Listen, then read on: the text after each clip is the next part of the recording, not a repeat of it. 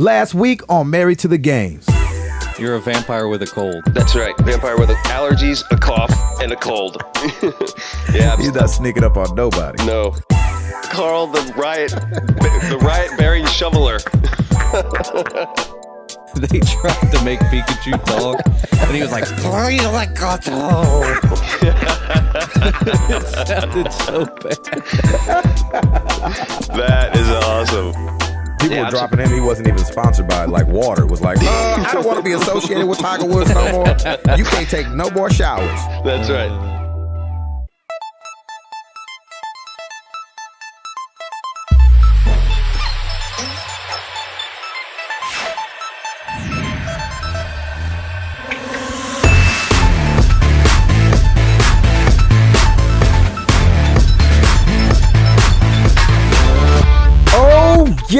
Yes, y'all, you know what it is. It's them kids and wives and 9 to 5s, but we are still married to the game. 060.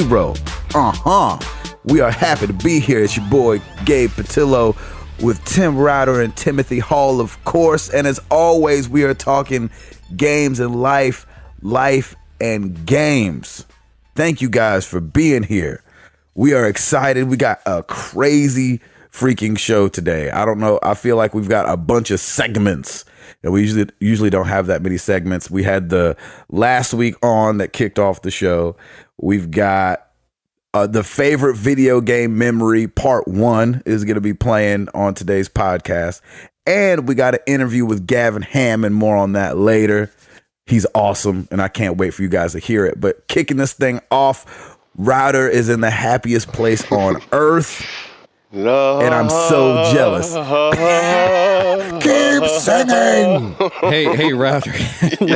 when Mickey saw you, was he like, "Oh no, not you again"? He's like, "Oh crap, married to the games again." Back again, are you? I got your money. That's more like it. No, man, it is all good. We took a family trip to celebrate my wife and I's 15-year anniversary. We were originally going to go someplace else, and it fell through. And so at the last minute, Lauren's like, "You know what? I don't want to leave Piper. Let's go to Disney World, just the three of us, because we usually go with my parents and my brother and sister-in-law and their 3 kids, and it's usually pretty chaotic. And it's just the 3 of us. We're staying here at Boardwalk. It's absolutely beautiful, and I love that place. Oh, it is. I think it's my favorite place to stay now because it's smack in the middle of everything. You could go to 2 different parks right from here, and then there's just all kinds of fun stuff to do on the boardwalk. And so we're just having a ball doing whatever the heck we want to. Piper was up till 11:30 last night because we were at the Magic Kingdom.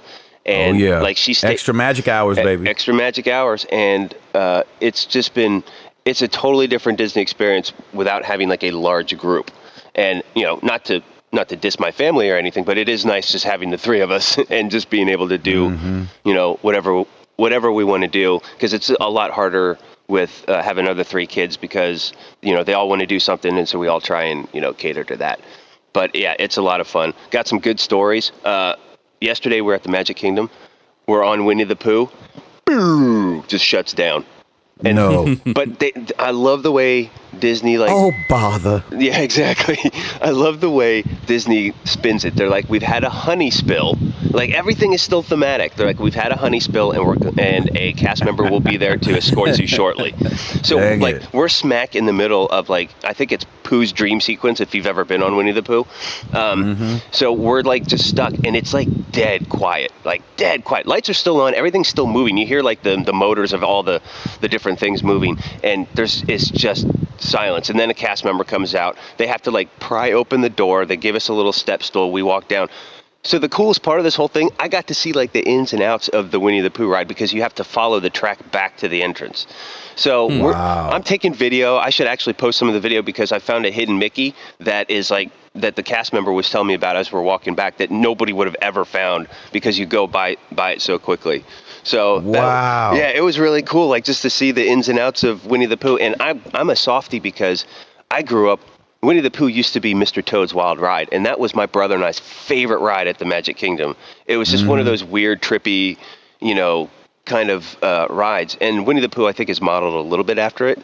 But Yeah, it was really cool just being able to walk through that. Before he moved to the big city and started handling a building. That's right. Mr. Toad had to get out of there. That is exactly right. Before he becomes a slumlord. So we did that, and then later on, we're over in Tomorrowland, and you know those little people movers. It's just a nice little cruise thing around Tomorrowland. Piper was looking around. Space Mountain's shut down too, and we happened to be going through it right when it shut down. So all the lights were on for Space Mountain. You could see the entire roller coaster. Wow. And there's a cast member that's like climbing a ladder to get up to these people that are stuck up there. Oh my gosh. It was awesome. It was so great. That's why I love Disney, man. Disney, I love the way they flip everything, because at Six Flags they'd have been like, oh yeah, this crap broke. So you're gonna have to jump off. We'll get up there in a minute. Yeah. No, they were all over it. With every breakdown, they were all over it. And then we walk out of Winnie the Pooh, and they gave us 3 free fast passes. Boom, just like that. That's awesome. So it's been a lot of fun. When Space Mountain went down, were they like, Houston, we have a problem? Yeah, they should have. I'm sure they with every attraction, they always, whatever the circumstance it is, it's always thematic. So if there is an incident, like with Winnie the Pooh, there's a honey spill. If it was a pirates thing, it probably would have been Captain Jack did blah, blah, blah. Right. Captain Jack got drunk again. So it was just... Sorry, kids. It was just really, really, really cool to see like that side of it. So yeah, man, we're having a good time. I have clearly I have gotten 0 gaming in. I almost took a picture. A little kid yesterday, I didn't want to be creepy, so I didn't say it. A little kid had an I Heart Minecraft in all bit letters. I was like, dude, you're the coolest kid ever. Even though I don't understand your game, it is the coolest shirt ever. So I almost tapped him and said, dude, you're awesome. But I thought that was creepy, and then his dad might beat me up, so I didn't want to do that. Exactly. Yeah. So that's the Router family. Love and life. We've got another day and a half, and then we come back. I love that place so much. Yep, it's good. It's fun stuff. We stayed where you're staying last year. Yeah. And I mean, especially, I think, because Piper and Amara, like 5 months apart? Yep. And so just being able to like put Amara in the stroller and just walk her around the boardwalk and having that area, and there's entertainers that kind of come out. It's great. Jugglers, and there's that pizza place right there. The ESPN zone is right there, and then Epcot is like right next door. You just walk to Epcot. It's incredible. When we checked in, like an hour later, we just walked over to Epcot and we had dinner in Morocco. It was awesome. You know, it's just like that's right. It is just so much fun. And we did you ever do the Surrey cart, Gabe, when you were here? Like just the little bikes, the quad bikes that go around the boardwalk? Oh, Okay. Well, just to warn you, there are 2 hills, and I almost passed out because you go, and they warn you about them. They're like, so there's a little climb as you go over to Epcot, but you can't go into Epcot, of course. You have to like stay around their loop. But when you get over toward the Swan and Dolphin, it's like a freaking mountain climb, man. And Lauren and I are like, go, push faster. Like our legs are burning and shaking, and like, fortunately we ate after we went on the Surrey cart, and we're just like, Lauren's like, get me water. We were dying. We did it twice. We like did the loop twice. I don't know why. I guess we just want to like kill ourselves. Yeah, we want to torture ourselves, but it was hilarious. We were just like, come on, we can do it one more time. Let's do it. You're like, I wonder if you die at Disney if you go straight to heaven. Yeah, exactly. And Tinkerbell like guides you along with her pixie dust. Exactly. That's so awesome. Yeah. So that's the Router clan going on right now. So Hall, I can't imagine that your weekend is as good as Router's. Well, it could be. For not being able to game that much, I think I had a lot of stuff going on. Nice. So on Friday, I started playing some Arkham City. Nice. Because everybody's into Arkham Origins, so I was like, Had you played City before? No, I hadn't. I played Asylum, and it was I thought it was pretty good. I started playing Arkham City, though, and I got to I think if you have the Game of the Year edition, or if you bought the original one new, you get to play as Catwoman. Yeah. That is way more fun than playing as Batman. Yeah. No way. I hear it's really good. I saw some good gameplay with it. It was really cool. Like I guess they just like intersplice some Catwoman levels within the Batman levels. Yeah. Like I'm probably 3 hours into it or something. And I was like, man, this is so much fun. Like, why can't I just play a Catwoman game?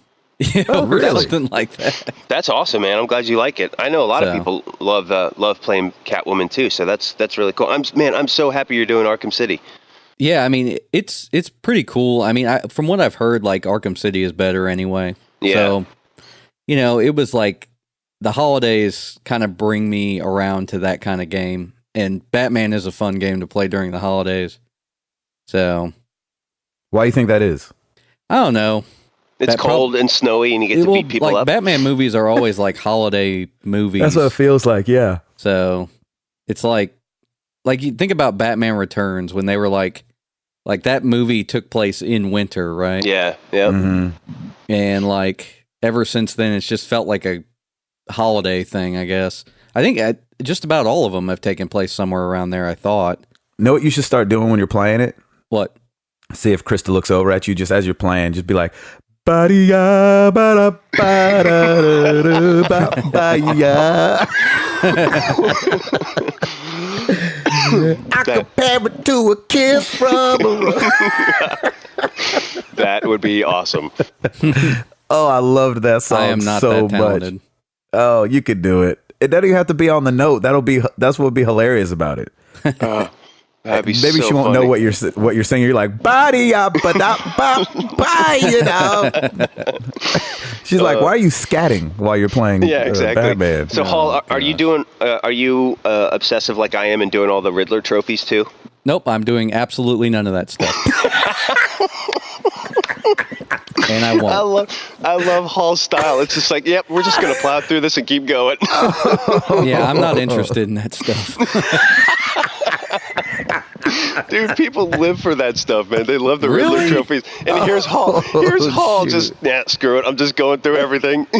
That's so great. They're even within my reach. Like I'll pass one up and I'll just keep going. I'm just like, whatever. Dude, that's amazing. Oh, that's so great. I don't know. Hall, I love your style of play, Hall. It's just like, yep, we're just gonna power really through funny. this. Oh gosh. I like to power through. Oh, that's great. Man. Then don't play Assassin's Creed. Noted. No, he's not going to get treasure trophies or anything. He's just going to go right through it. That's right. It'll take him an hour. Exactly. Here, these developers plan out this great, long, like just huge open world game, and here's Hall, boom, straight through in an hour. Yeah, they need to have the edition with none of that stuff, and it's like $20 less. I'll take that. I love it. Oh, that's so man, good. that is I'm glad funny. you're loving that game, though. That's awesome. Are you Yeah, still, it's a lot of fun. Are you still I wanted draining? to pick up something and play till Ghost came in, so Hey, there you go. Are you I pre-ordered still? it on Amazon, so it'll take a little bit. Are you still draining your iPad battery with XCOM? A little bit, but not near as much. I want to get back into some console games. So Nice. before Call of Duty comes. So Did you try the update on the Mini? They had said they put XCOM back on sale, and I think it was because of the Mini's problem.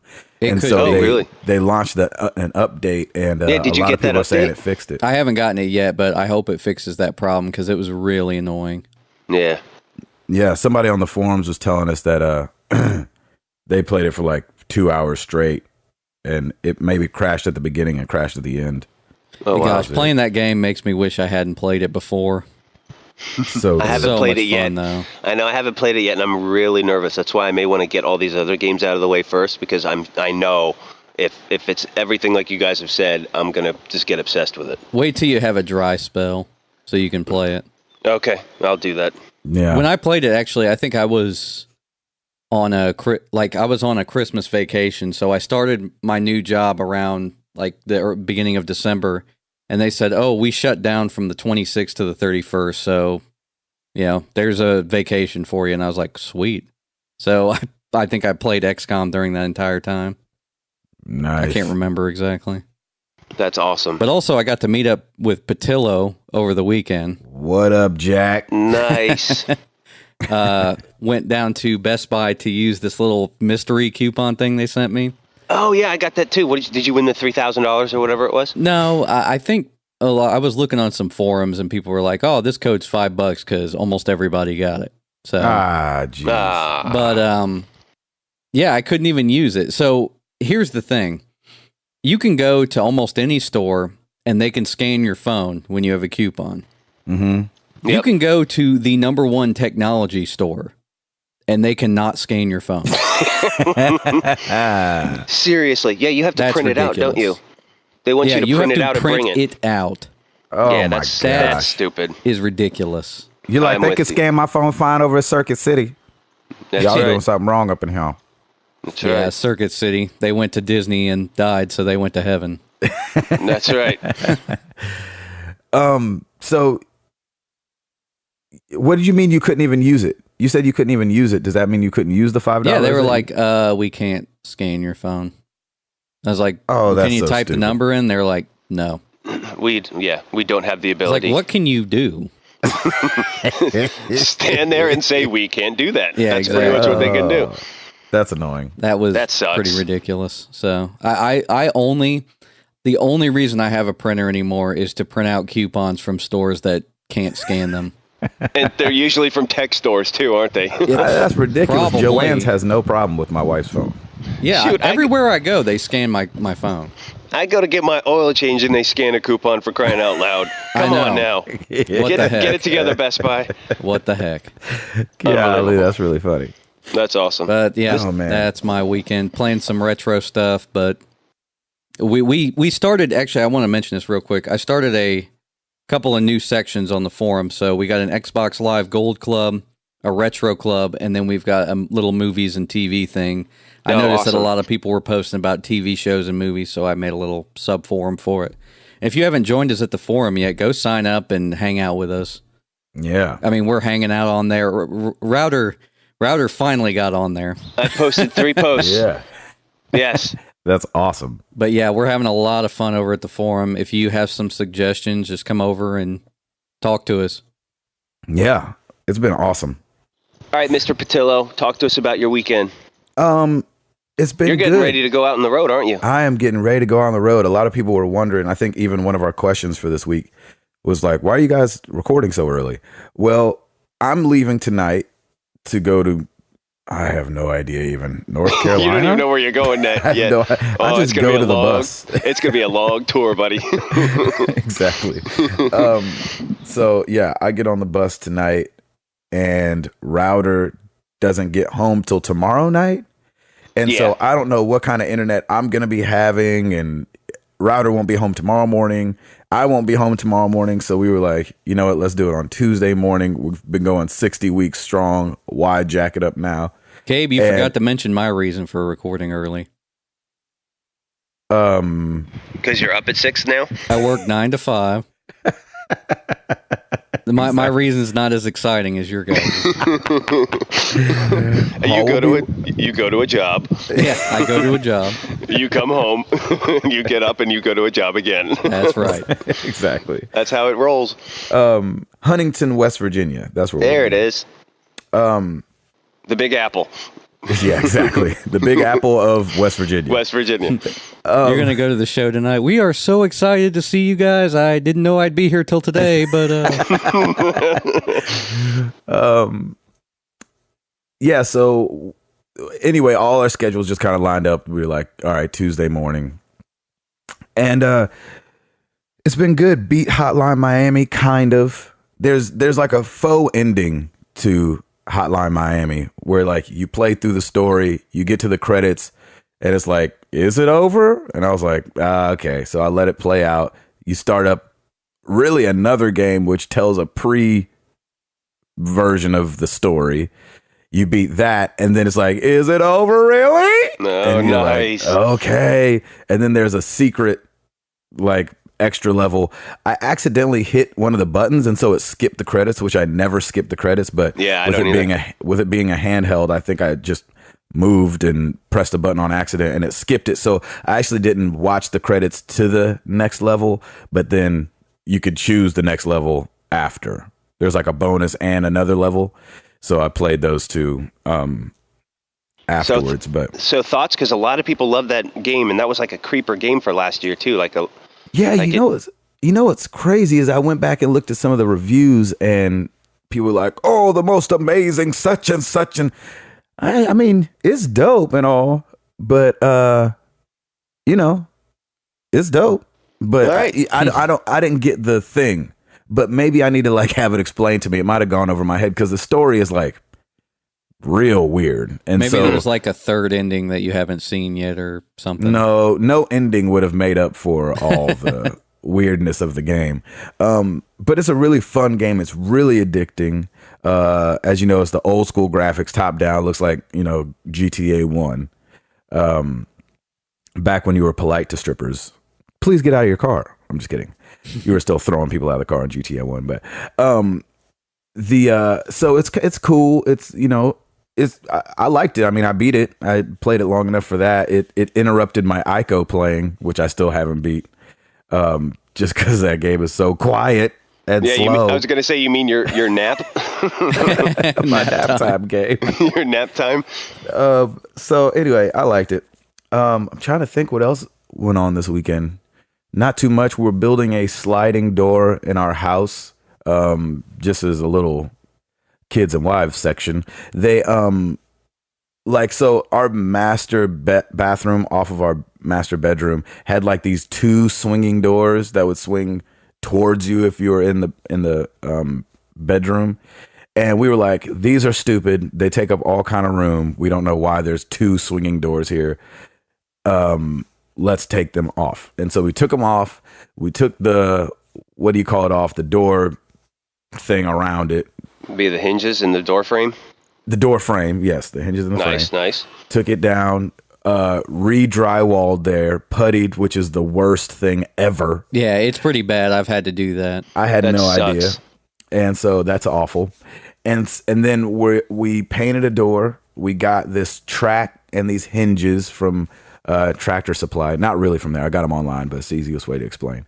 And then so we're going to put this door up on a sliding thing, kind of like a barn door, and that's going to be our entrance into our bathroom now. Is it a pocket door? No, we thought about doing a pocket door, but I'm not that brave. Yeah, that would be a contractor thing. Yeah, so it's kind of like a pocket door, just on the outside. It's more like a barn door. They can be a little tricky too, because if they can get off track, and then you're like, oh crap, you're stuck. Exactly.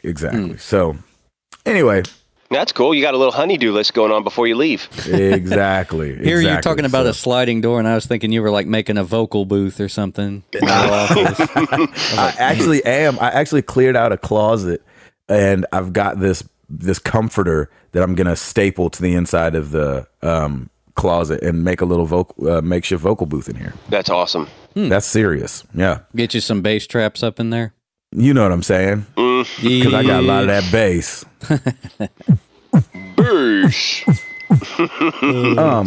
So anyway, let's move on. Router's got some things going on. Tell us about it, right, Churn?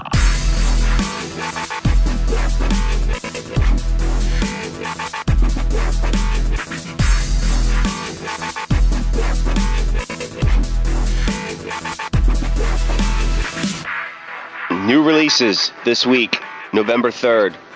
Paul, your dreams have all come true. Call of Duty Ghosts, available now.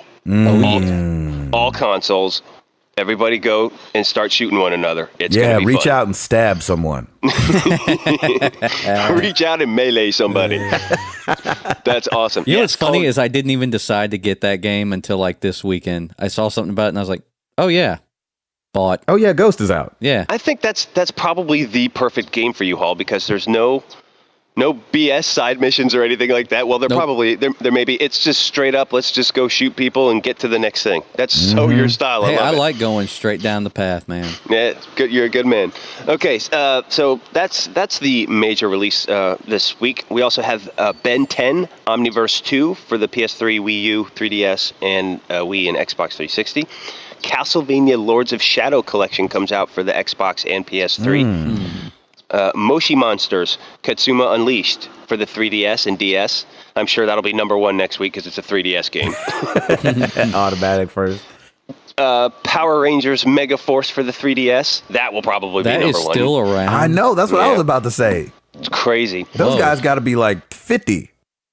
You know what's funny? I went to every now and then on the road I'll sneak into a mini Comic-Con. Like if we're in a arena that's having a comic book convention, usually because we're so cool with the security by that point in the day, they'll let us into the comic book conventions.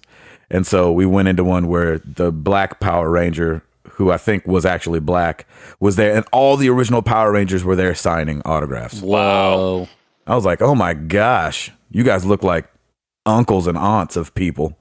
That's awesome. That's nuts.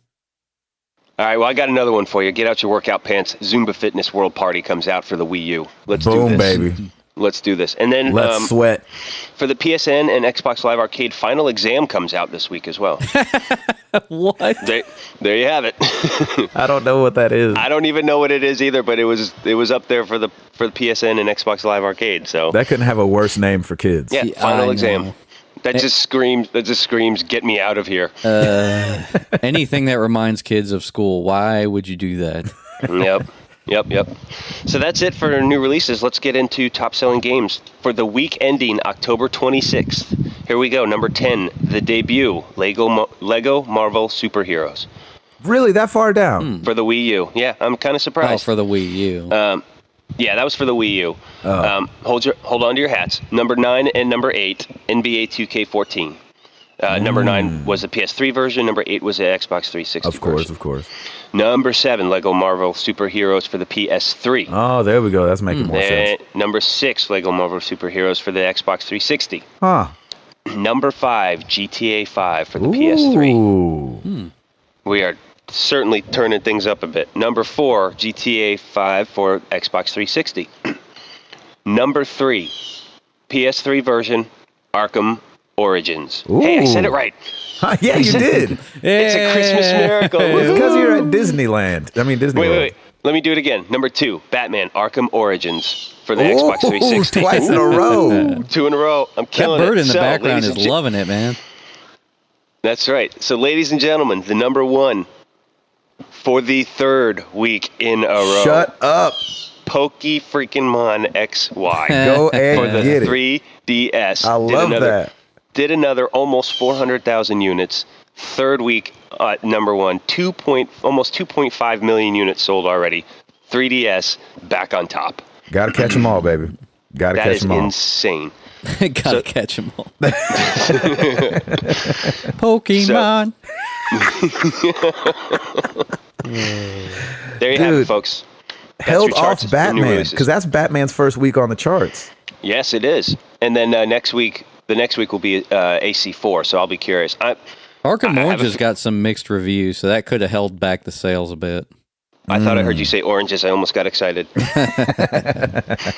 Yeah. Arkham Cantaloupe, Yeah, that's why I posted on the forum, because if people are playing it, I haven't picked that game up yet because I'm playing AC4 now, but I'm really curious what people think, and I've heard mixed reviews too, so it's kind of interesting. You know what's funny? I feel like I've heard mixed reviews, but the only thing that I've continuously heard from everybody was that it's only bad because 1 and 2 were so good, because Arkham Asylum and Arkham City were so good. Yeah. And everybody said, most everybody, it feels like, has said, if this one would have came out first, we wouldn't be complaining. Yeah, But probably. because we've had such a great experience with the other two, that's why this one feels weak. Has the conversation also been about what Montreal did this game? Somebody it was a different did different this developer. one than the other two. Yeah, it was a different developer, different voice character too. So yeah, I think a lot of people are kind of focused on that. That's where I've seen a lot of discussion too. It's like, oh, it's not as good or whatever, but hey, it is what it is.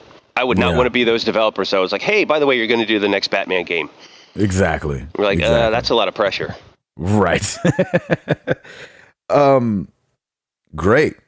Hall, do you want to do like 2 orders of business on the news and then get into this interview? No, let's go ahead and jump into this interview. Oh, snap. You ain't scared. Yeah. No, I'm excited. Let's do this. Let's get right to it. Ladies and gentlemen, this guy, let me set it up for just a second. Gavin Hammon, for those that, obviously you're probably not going to know his name, but he's a voiceover artist. You've heard him before. He was Kenny on the Walking Dead games, and he's also a grip of other people. Like when I was like, doing my homework to talk to him and stuff like that, I was like, all right. I was like, let me go see how many things he's been on. A bunch. So I'm going to just run down. And not all of these are main characters, but we don't talk about it in the interview. The Wolf Among Us, SimCity, Tomb Raider, Walking Dead, Hitman Absolution, obviously is Walking Dead. Sorry, it's on here twice. Halo 4, Gideon, Law and Order Legacies, Backstab HD, Avatar the game, Tales of Monkey Island Chapter 4, League of Legends, Infamous, The Godfather 2, Sonic and the Black Knight, Lord of the Rings Conquest, Godfather 2 Crime Rings, A Vampire Story, Iron Man, Command & Conquer. I mean, anyway, the list goes on and on and on. Good Lord, that's a lot. That's not even halfway through the games that he's been a part of. But anyway, the guy is awesome. Just for sitting down and talking to him, we are greatly appreciative to him. So, without further ado, let's get this thing cracking.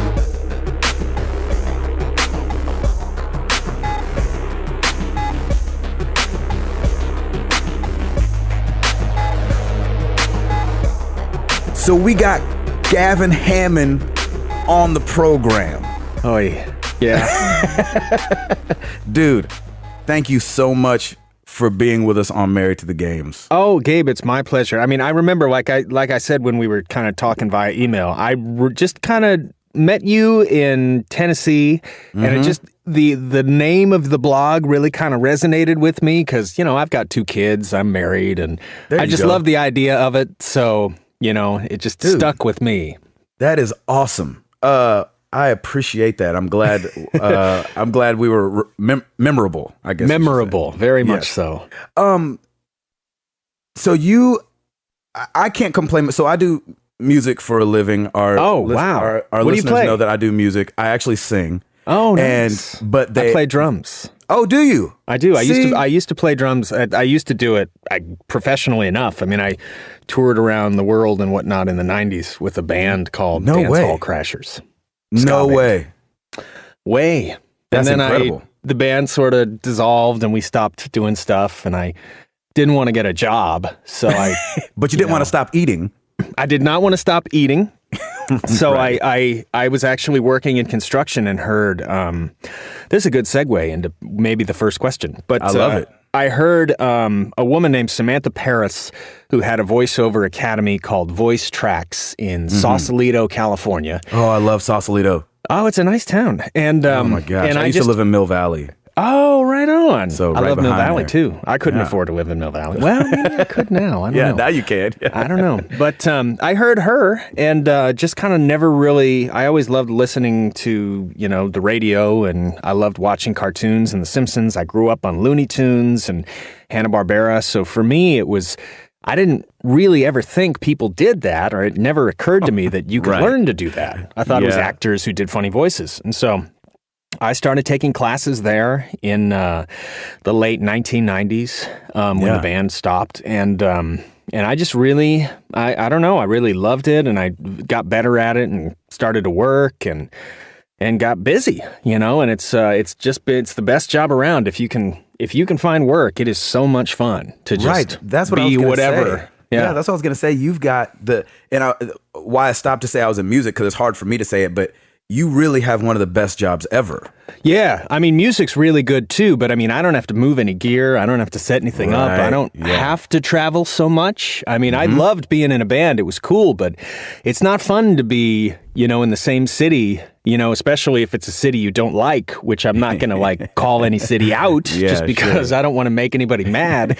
But, to be in the same city 5 times in the same year and be in the same hotel, and you're like, I hate this place. Nothing is open on Sunday. And there's nothing to do. Yeah. There's nothing to eat, and it's nobody, even if your shows are doing well, it's it's great for that hour and a half or 3 hours or whatever that you're working. Yeah.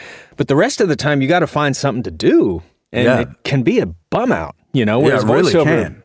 voiceover, you can work for, like if you're working for 4 hours in a day, that's a lot. Like, oh man, I had to talk for like an hour and a half today. It was hard. And you're just coming from work. I am just coming from a game session that went slightly long. Sorry. Hey, that's all right. I remember being able to watch when I first met Gavin. He was with Dave Fennoy, right? I was with Dave Fennoy. It was a lost weekend with Dave Fennoy, which was pretty awesome. Exactly. And Dave Fennoy was the voice of Lee on The Walking Dead season 1. I played his pseudo best friend or arch enemy, Kenny. Exactly. You played Kenny, and it was awesome to watch you guys. And one of the things I remember Dave saying when people were asking you guys questions is, as a voiceover person, you never turn down work. No, you can't. Barely. You really can't. I mean, sometimes it comes up, and I mean, it'll only be in a circumstance where it's like, I know that client or I know that producer and I don't like them or they're a pain to work with. And maybe you might do that. I've had situations where I've kind of asked my agent, like, has anybody ever opted out of this guy and just kind of said, I don't want to go and work with him anymore. But even so, you still go, I mean, you kind of complain about it. And the only people we can really ever complain to are other voice actors, because everybody else is like, dude, I hate my boss and I'm there for 9 hours a day. And it's like, yeah, but I had to be there for an hour and he was only barely civil. I but it's just, it is something we can't turn down work. And I mean, it's something too where you can have political views and whatnot, but it's like, I mean, if someone wants me to say something that I don't necessarily agree with, it's like, I'm an actor. I pretend to be things and I pretend by saying it. So it's like, there's certain causes where I'm not going to really betray who I am and, what. But I mean, for the most part, you just have to kind of detach yourself from whatever it is and take their money, Exactly. That's what you're there for. That's what I'm there for. I'm there to make their brand sound good or whatever. Yeah. So when you first got into voice acting in the late 90s, what were some of the first things you did? The first job I ever had was for like an auto body repair shop up here in Northern California. And it was like one of those classic kind of, baseline with brushes, and if you damage your car, that sort of thing that was very straight, white guy kind of thing. And then slowly I started doing video game stuff because I had always really wanted to do characters because I was way more comfortable pretending to be, Scottish than actually being whoever I am. Sure. So for me, it was always easier to try to do character work, and I always really wanted to do that. But I sound like this, and I sound like a lot of announcers on radio and TV, and those are some of the opportunities that I get. Most of the opportunities I get are using my own voice. Right. Although, it's not really true anymore because I had one major toy gig that is anything but what I sound like. I know. Do you want to go ahead and say what it is? Because I'll say it regardless. I'm not sure if I'm allowed to. Oh, are you not allowed to? I have, and it's pretty obvious, but I did the voice for... Wait, don't say it. I'm just kidding. I just did. I'm just Dang joking. it. I don't know that I'm supposed to say it. I had like one of the...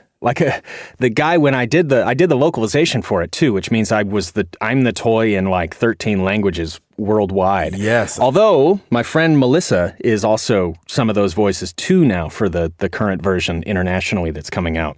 But who's Clementine? Yes. Clementine is also kind of Furby. She's a little bit of Furby. But I remember the Japanese guy came out and he was like, have you told people that you would do this voice? And I'm like, yeah. I mean, nobody ever told me not to. And he's like, It's like, uh-oh. Oh, crap. Yeah.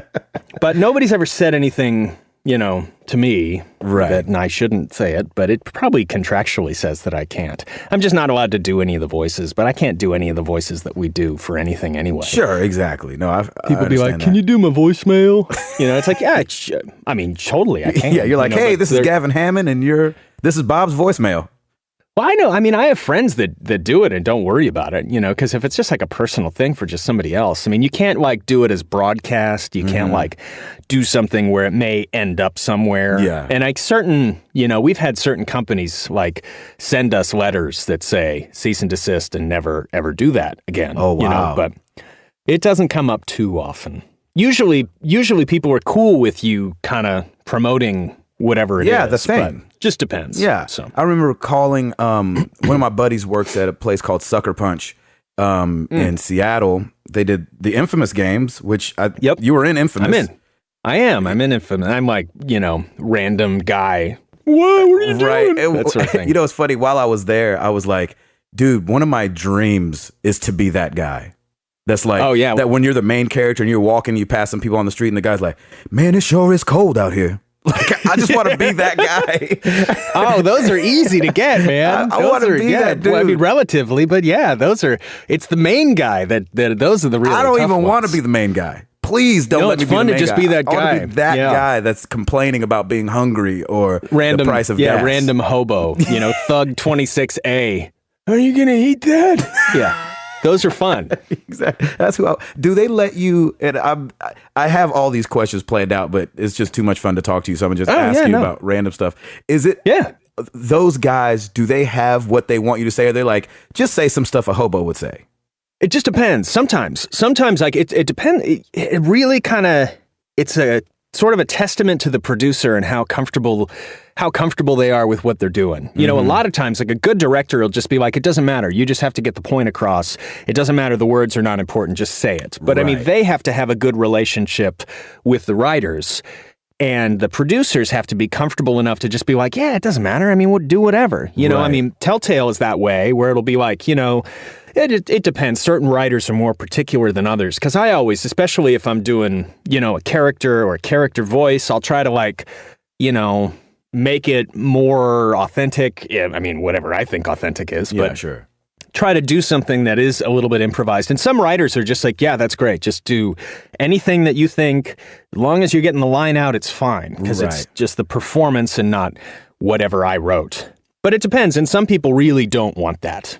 They're like, can you say it the way that I wrote it? Like, some people are very strict with what they, being in Nashville and, Music City, USA, you run into a lot of writers and you're in a lot of sessions and you hear people singing a certain way, and the writers sometimes are they hold on to that pen so hard that they're like, no, I want you to kind of, say this, when it comes down to ands and so's and I'ms or I am, and sometimes it makes sense. You don't want to say so instead of saying but, because obviously it changes the meaning. But sometimes it's just funny to watch writers, It's somewhat, I mean, I think it impedes performance because it's kind of like, if you want me to perform it, I'm happy to, and I'm going to tweak it and do stuff that I think is more natural. I mean, in a game situation, you're usually delivering 2 or 3 takes. Mm-hmm. So it's kind of like, that's the way it's written. And I'll do another one that's like, I'm going to say his self instead of himself, just because I think it sounds cooler or something like that. Or speaks to the character. Yeah, but it totally depends. I always try to cover those bases, and then I don't know what they're going to use. Mm-hmm. They may just use the one that's exactly the way they wrote it. Mm-hmm. But it's when you're stepping too much on whatever the other person's doing, it's going to impede performance. Sure, so that makes sense. And I mean, it is what it is. Okay, so do you play games yourself? Oh, yeah. I have had... When I was 4, we got a 2600. Boom. And I've had game systems in the house, multiple systems since. So I play games. I don't generally play games that I work on because I really don't enjoy hearing me. That's what I was going to ask you. Yeah. Yeah.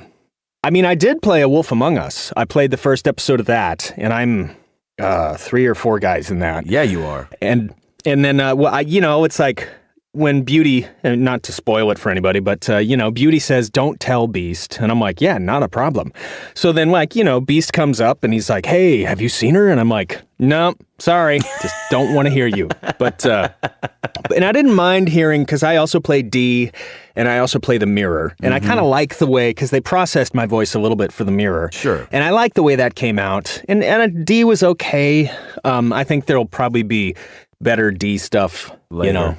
In the pike. But, it was still a great game and really cool looking and fun to play and a good story. And I love everybody else in it. I just have a hard time listening to myself. Sure. And we think that game is incredible. I mean, we can't wait.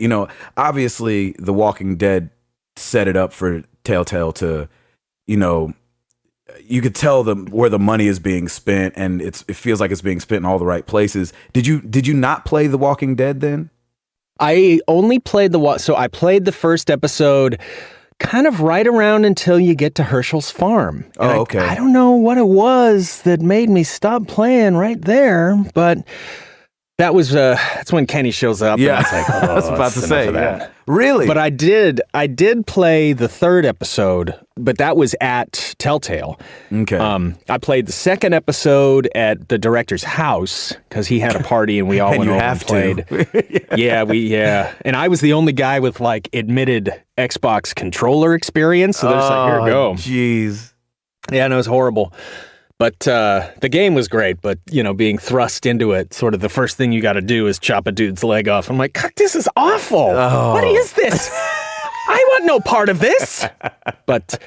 And then I did play the third one at Telltale for their Twitch channel, and I've watched playthroughs of pretty much the rest. Yeah. I didn't play it myself. I got you. Just because it's not fun. Yeah. It just pulls me right out of it. I hear me and go, oh, God. It just pulls me out of I can't detach from the reality of, I know that's I said it like that. Yeah. Because I was wondering, because being a performer, when I watch someone performing on television and something goes wrong with their tracks, I cringe and I can't barely watch it. Are you the same way with games like that you're not in? So can you still fully enjoy voice acting? Oh, yeah. In another game? And if I don't enjoy it, I can skip it, but I have a huge appreciation for good performance. And I mean, just for example, just like the Borderlands game, the first one. The second one's great too, but the first one, I was just like, oh my God, all of these performances are so good and all these Southern accents are so good. And so, they're probably the dudes from Texas, but just playing through it, and I'm like, I loved Claptrap, and Claptrap's just, he works there. You know, I mean, he's one of the bigwigs, and it was just something that I was like, this is so cool, and I can really appreciate good performance. I get a little tired of, really heavy-handed performances, but I can totally appreciate people that do it well. Troy Baker and Nolan North and Jennifer Hale, and I mean, I hear those guys, and I'm like, yeah, this is that. I want this gig. That is awesome. I hear that and it's just like, I'm on board. I'm in the game. It's fantastic. Yeah.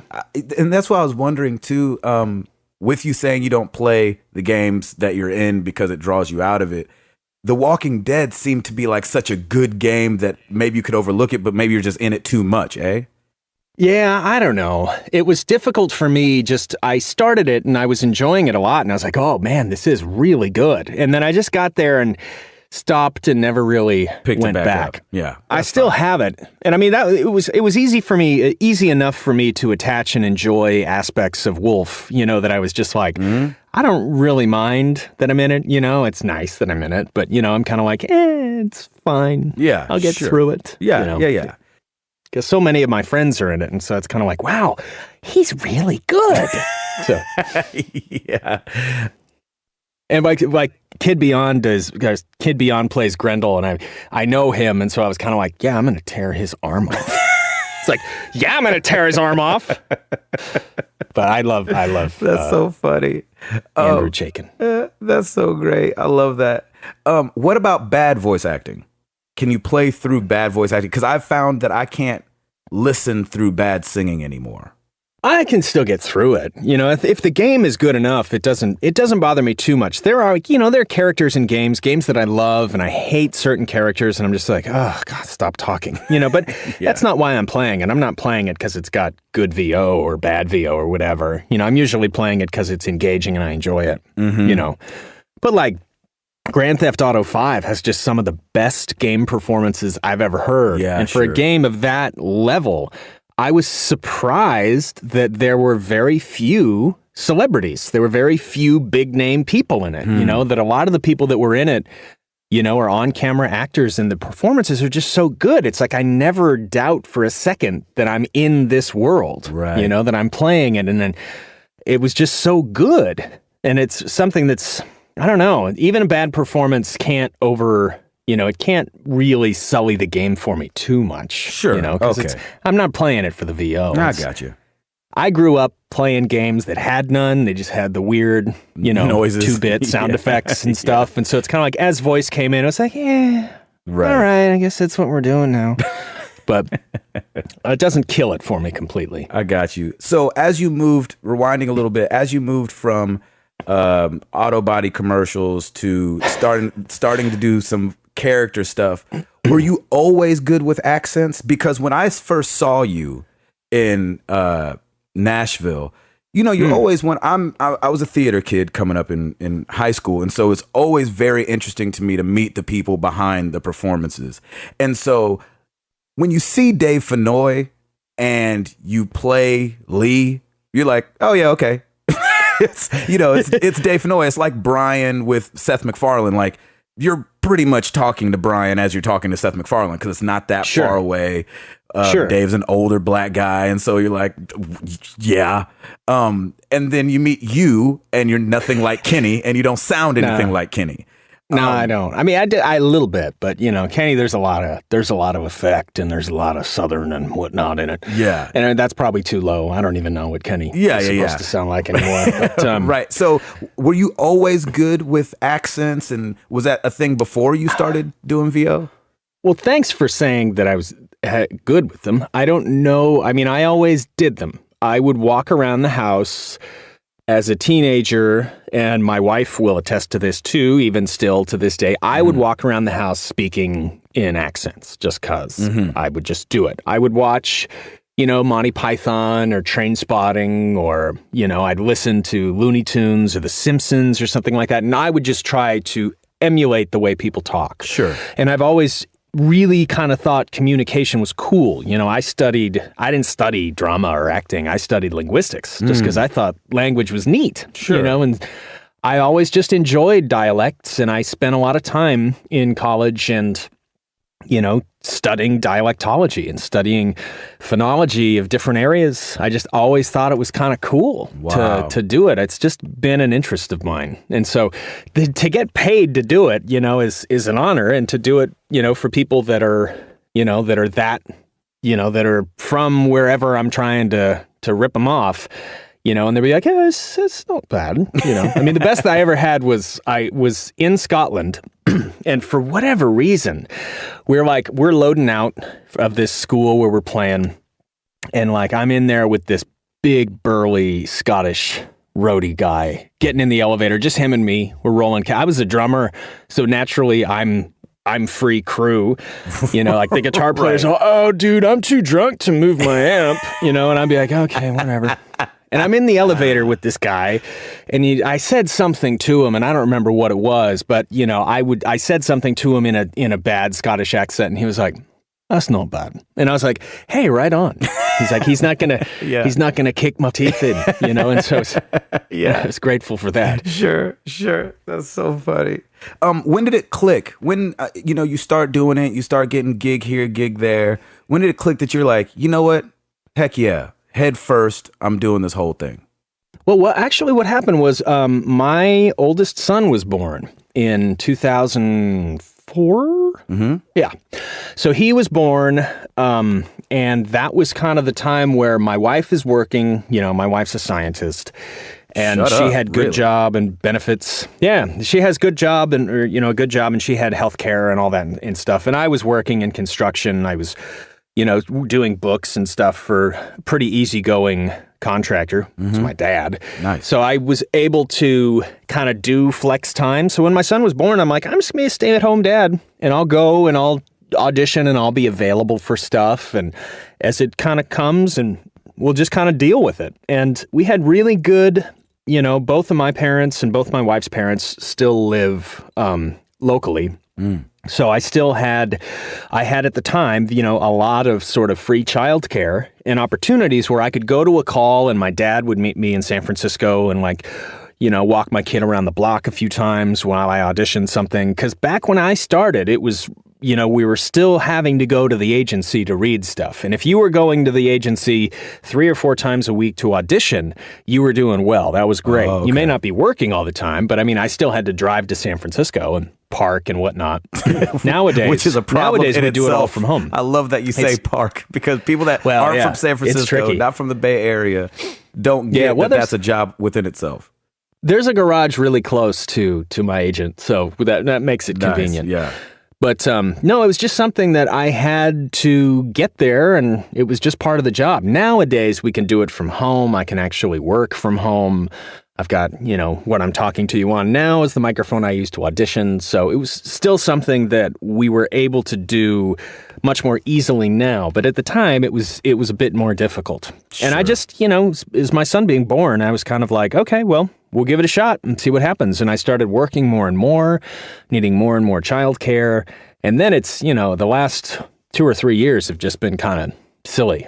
Yeah. Where I've had these long-term gigs where, for Furby, there were times where they would check my availability for 4 months. Wow. I guess, Yeah. And that was a gig where I would really work, without, not hyperbole, but, I'd work 20 hours a week for 3 or 4 months, and it would be a great gig.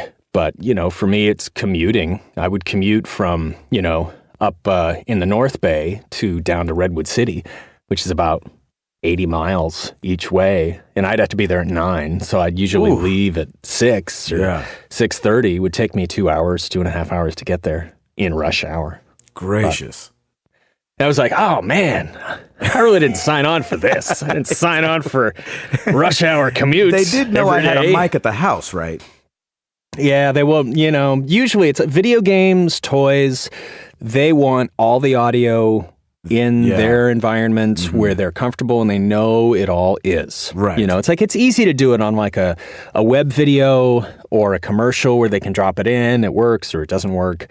But you really can't with a game. It's like even games that record in Los Angeles, it's like, okay, but I'm living in San Francisco, and they're like, nope, you got to be there. They want all the audio in one place. Wow, it's just makes sense. Sometimes the way it works for interactive projects. Yeah, and it's I'm happy to do it, and they can keep it under lock and key. I guess a little bit more.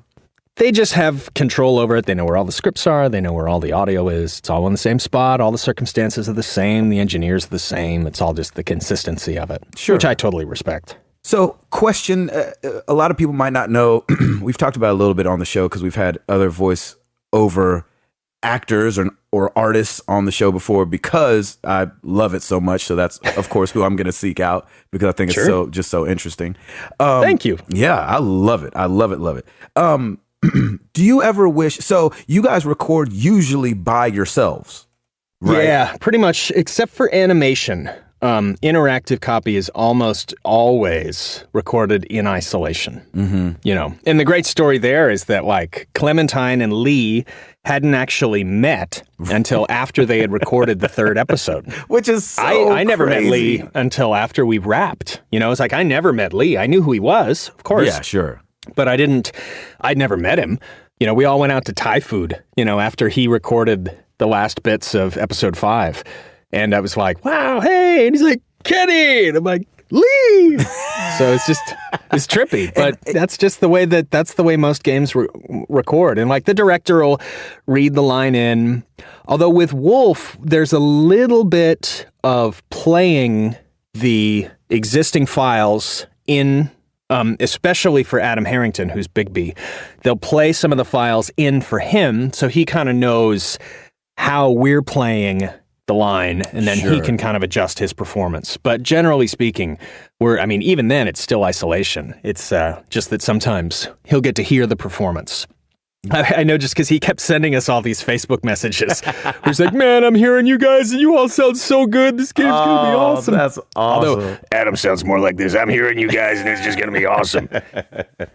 When I remember when you guys talked about that a little bit when I saw you in Nashville about Lee, or Dave, sorry, taking everybody to dinner or something like that, or organizing a dinner where all you guys went, and you had said that had never happened before. Was that really cool for you? Because it was awesome. I mean, because for me, it's like half the people in that game are friends of mine, you know? So it was like, I got to hang out with like 8 people I know really well, the director who I know pretty well, the engineer who I also know pretty well. I mean, a bunch of friends, but then also people like, you know, Roger Jackson, who's huge, you know, voice actor up here and in Los Angeles. He was Mojo Jojo. He's the voice of Scream from the Scream movies. Oh, wow. He's an idol of mine. And so, you know, and now we're friends, you know, and it's just those opportunities where we get to meet guys like Roger and Dave, who are just, and they of course know each other. They're all, good to see you again, you know, but to get to sort of associate with those guys and be part of the group, it's so cool. Yeah. And we really do. We have a nice kind of tight-knit community up here. I don't know what it's like in Los Angeles. You know, I'm sure I'm sure voice actors are friendly with each other because really we can't complain about our jobs to our wives or husbands just because they're like, really? Exactly. The same thing I with worked music. 9 hours today. It's the same thing with music. Yeah, my wife. You made 8 times what I made. Sorry. Yeah, my wife, I remember, called me 10 times one night when we were on the road, and I had just accidentally left my phone in my shoe while we were bowling, and she was home with the baby.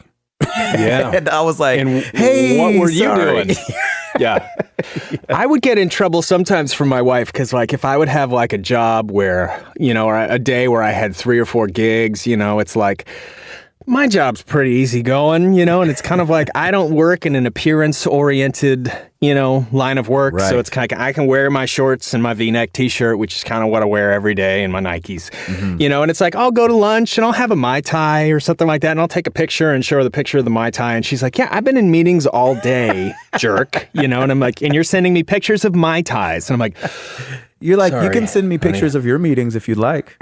Yeah, she's like, here's a picture of the conference call I've been on, you know, and it's like, oh, you're right. Gosh, you're right. That's so funny. I need to not do that. Yeah. But it's great that we're friendly up here. You know, I mean, I'm sure people are friendly down there, but, you know, we have a great community, you know, like Melissa and Owen and Nikki Rapp, who plays Lily, and Adam Harrington and Eric Bra, you know, it's like we're all pals, and we do regularly get together and, you know, come over to my house or go to Owen's or just meet at a bar and sit around and hang out because we really like each other. We never get to see each other at work. Right. So, and it's a small community. You know, the voiceover community is not it's not like music where you have music in New York and music in Nashville, music in LA, music in San Francisco, music in Columbus, Ohio. Well, I don't know. I mean, there really is VO everywhere, you know, just from like participating in LinkedIn discussions or something like that. You know, it's like there are communities everywhere, and I don't hardly know. I know maybe 5 or 6 people in LA, and a lot of those people, you know, moved from up here, you know, so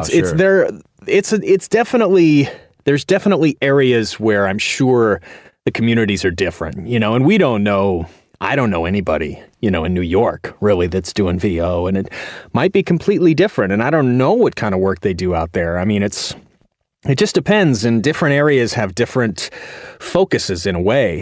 You know, in San Francisco, we really get a bit of everything, except for animation. There's only very little animation, but there's a lot of interactive, there's a lot of toys, there's a lot of corporate videos, there's a lot of commercial and stuff like that. So you kind of have to be good at everything. But I don't know, you know, I'm sure it's like music, honestly, in the sense that it's different everywhere. Yeah. You know, it's maybe it's like you can probably know people from scenes, you know, within music, you know, if you're an R&B singer, if you're like a singer in a punk band, you're going to know punk bands from Seattle or something like that because you play on the same bills, you play at the same festivals.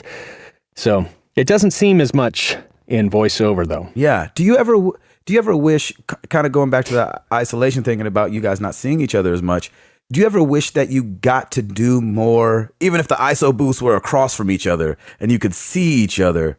Do you ever feel like that would help performance? Do you ever wish it wasn't so isolated? I think it depends on what kind of work you're doing. It certainly, there would be moments that would be helpful. It would take a lot longer, which would drive me crazy. because I like to kind of go and get my stuff done and go. It's like I want to be here for as little time as possible, which clients like because I save them money, by being fast and efficient and good at my job. It's funny, the worse you are at your job, generally, the more money you'll make in voiceover. I mean, assuming they continue to hire you, because it'll take you longer and you'll probably end up making more money. You'll need 2 sessions instead of 1. Right. Or whatever. I like to go and just get her done. I've had sessions in LA where they've been like, well, this is where we've been stopping with everybody else. I'm like, we have a 4-hour session. Yeah. And then, I'm like, we worked for like 2.5 hours. It's like, we got an hour and a half. We could probably knock the rest of it out. And they're like, are you sure? And I'm like, it's a Friday. I don't have anything to do tomorrow. It's like, why don't we just get it done? And they're like, oh yeah. Okay. That's awesome. I ended up working 3 or 4 more sessions on that game.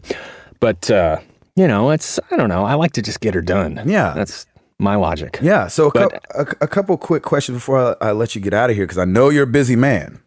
Oh, not so much anymore. And really quick, I do now. have to speak. I obviously don't know Gavin personally, but I do have to speak really quick to your character, because not your character that you've played, but your character in the sense of you went back and forth with me on email, probably 10 or 15 emails deep. And I really at the end of the day, I remember telling my wife, I was like, man, this guy does not have to be doing this. So I just wanted to publicly say, man, that I really appreciate as much work as you put into making this interview happen. I feel that's not work. I mean, to me, it's I'm honored that you want to talk to me, and I'm honored that you want to hear what I have to say. You know what I mean? And it's like, I love what I do. I respect what you do. And so for me, it's we're both kind of doing what we're doing. You're working with me and my schedule and having to cancel stuff and reschedule things. And I apologize for that. None of it was just like, I'm too drunk today, but I mean, it was all legit. But I appreciate, you being flexible about it. It's just, it's just treating people like people. I don't know. No, I feel you. Well, I appreciate it. Okay. So real quick before I let you get out of here, what is your, do you have a favorite thing you've done? You might not have thought about it in that way, but just something that like you walked away and you're like, dang it, that was really fun. Like, yeah, that was work, but like that was the funner side of work.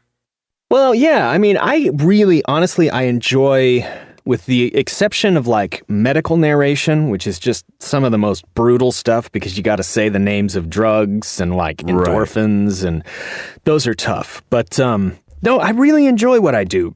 And so for me, I get a little bit of joy and a little bit of, sorrow and, just total self-loathing out of pretty much every project I work on. But which is true, but it's sad but true. Yeah. But I really enjoyed working on Furby, because I mean, there were times where I really could do anything I wanted to, where it was kind of like, we need a 10-second file or 10 seconds of doing something where you're changing from one personality. And so it's got to be kind of orgasmic and sort of huge and have a big crescendo to it, but not too orgasmic. And it has to sort of be this long, and it should be really over the top and really animated. Sure. You're rolling. Like, okay. So, I mean, I really like, that kind of freedom is really cool, but I also don't mind when someone knows exactly what they want and they can kind of keep nuancing it and kind of saying, yeah, but, a little less. Like the thing I was working on today was another game, and they'd be like, but you're not that panicked, a little less panic, you're a little more professional as your planet is blowing up, and a little more of this and a little more of that. And I really get a lot out of being able to just kind of give people what they want, and then for them to say, oh, God, that was easy, I get the most satisfaction out of that. That's great. Doesn't always happen. Oh, sure. Sometimes they're like, oh, God, I hate this guy. Like, well, I hate you too. Exactly. Back at you. And then my last question, what is there a mountain in this thing that you feel like you haven't got to climb yet, that you're like, animation. Is that one of your goals?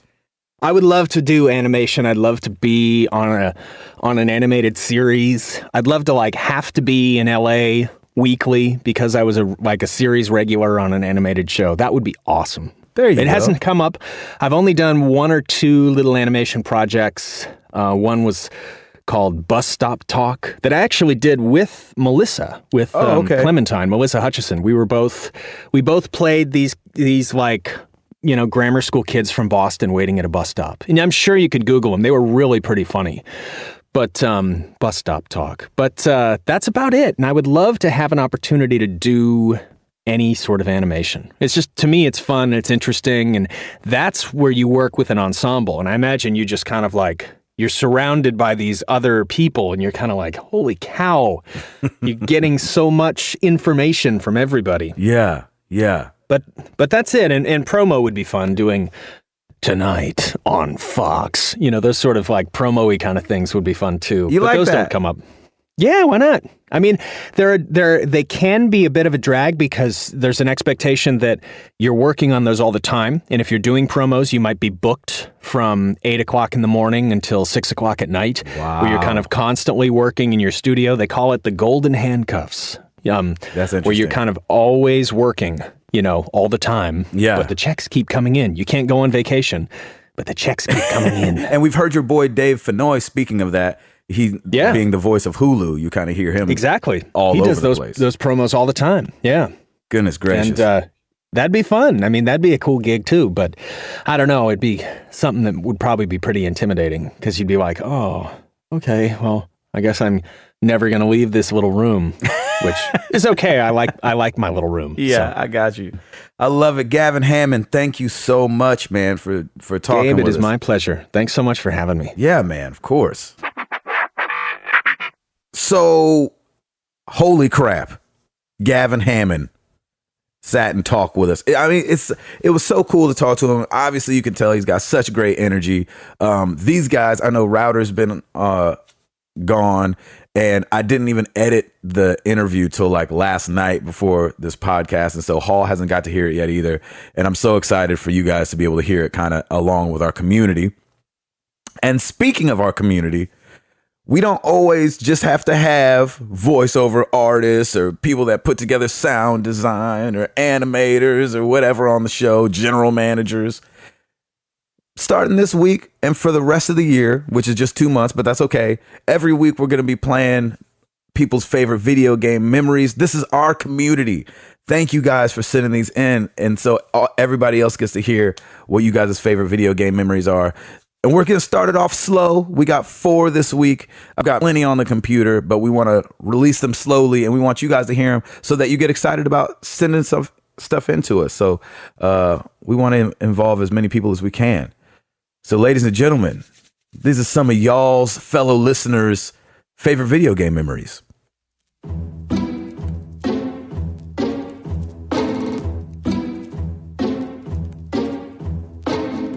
Hey, Married to the Games crew, this is Paulo from Brazil. So for me, my first and favorite video game memory would be getting my first console.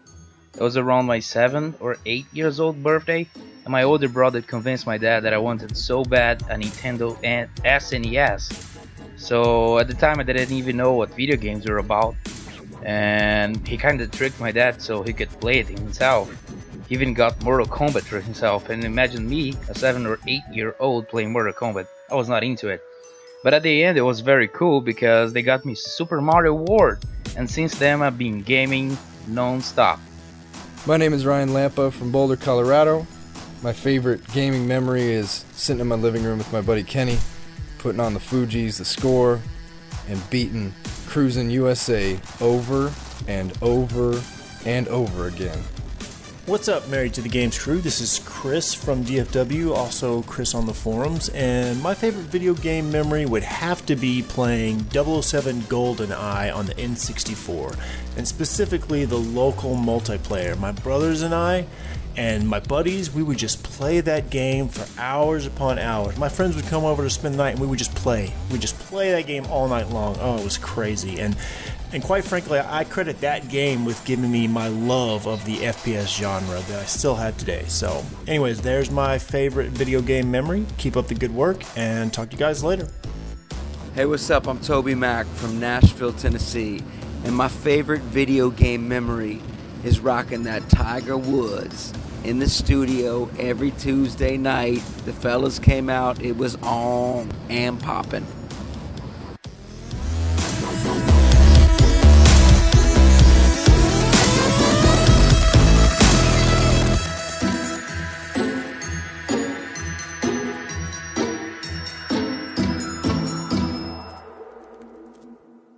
Boom. So there it is. A little remixed Nutcracker action for y'all. Dance of the Sugar Plum Fairies. Anyway, yeah, thank you guys so much. This is going to be fun. When I was editing that together, I was like, this is going to be awesome. So thank you guys for doing that. Got my boss in there, Toby Mac, on the freaking video game memories. I love it. Everybody's played video games at some point. Hall. Yep. Yeah. Yep. Yep, I'm here. Give us something. I was kind of doing a little more research on the Call of Duty, the difference between the resolutions. And Resolutiongate. Yeah, Resolutiongate. So it looks like the developer came out and said, because I guess they wanted to clear some stuff up. So there were a lot of rumors. Did they not have enough time? You know, did they kind of rush the game? Which theoretically they could have. But they wanted to come out and say, look, we didn't rush. So this is what they came out and said. We didn't rush it. We've actually had this hardware for a long time. We just could not get the frame rate with the Xbox One at 1080p. Wow. They said, theoretically, PlayStation 4 on paper is a more powerful system, and the resource allocation was easier for them to do. Huh. Which is crazy because the last gen PS3 and 360, it was completely different. The 360 was easier to get figured out. I'm sure that this will be a non-issue by next year, I imagine. Yeah. But if we see the Call of Duty next year and it's doing the same thing where it's 1080p on one and 720p on another, that's not going to be good. That's a problem. That is not going to be good. I mean, I know people are like, well, it's really not a big deal. And I mean, my plasma that I typically play on is 720p anyway. Yeah. But that's not even the point. What's that?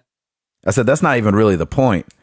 I think, a lot of people, and I agree with you, like some people's TVs don't even do 1080p. Yeah. But I think people are frustrated that this is the next gen. Let's move this thing forward. Why are we, because I feel like, don't we have 720p now? Yeah. I mean, technically we have 720p, sometimes a little bit less. I think typically the Call of Duty games are like 640p on 360 and PS3. Mm-hmm. But, they're bringing out these 4K TVs in a few years. Which look incredible. Holy crap. Oh, they're going to be ridiculous. Gaming, if we're looking at having trouble getting 1080p, like the 4K TVs aren't going to matter. Yeah. You know what I mean? Yeah. They said they don't, did they say they didn't have plans? I think I saw a story that said that they don't have plans on releasing 4K games anytime soon anyway. Yeah, I mean, it's more when it comes to Blu-rays and stuff like that. Well, it's probably on this gen they don't plan to do that because with PC, I think people are playing near 4K resolution already. Wow. So people who own PCs will probably be pretty happy about these 4K TVs, I imagine. Have you gone and seen them at Best Buy? I haven't gotten to see them in person yet, no. But I've heard that everybody says that it's like looking through a window. Yeah, it's like, yeah, it's pretty crazy. That's awesome. All right. Hopefully. Yeah, that's good. What's next? What's next, Sorry. Mac? What do you got? Something just like clicked on my computer and some crazy noise started playing of a roller coaster. And I was like, is that Router? Is he on a roller coaster? Yes, I'm on Space Mountain right now, boys. You can barely tell. It's exactly. Disney, it's Disney magic. I closed the window and it was gone. Okay. Sorry about that. So remember how we were talking about Grand Theft Auto 5 and the Xbox and Redbox? Mm-hmm. Well, November 5th, Redbox will be having disc 1 and 2 available for rent. Wow. Which I thought was interesting. Wait, for one day though? I know that's that. You can't do GTA in one day. GTA 5, yeah, exactly. So I don't know how it's gonna work. I don't know how they're gonna price it. I don't know if they're gonna price it as 2 separate discs or price it as one game and stay at $2 a night or what. But I thought that was really interesting that they are gonna bring that to Redbox starting the 5th of November. They're gonna make a lot of late. Yeah. They're going to make a lot of late fees. There's going to be a lot. They're going to get a lot of money for that.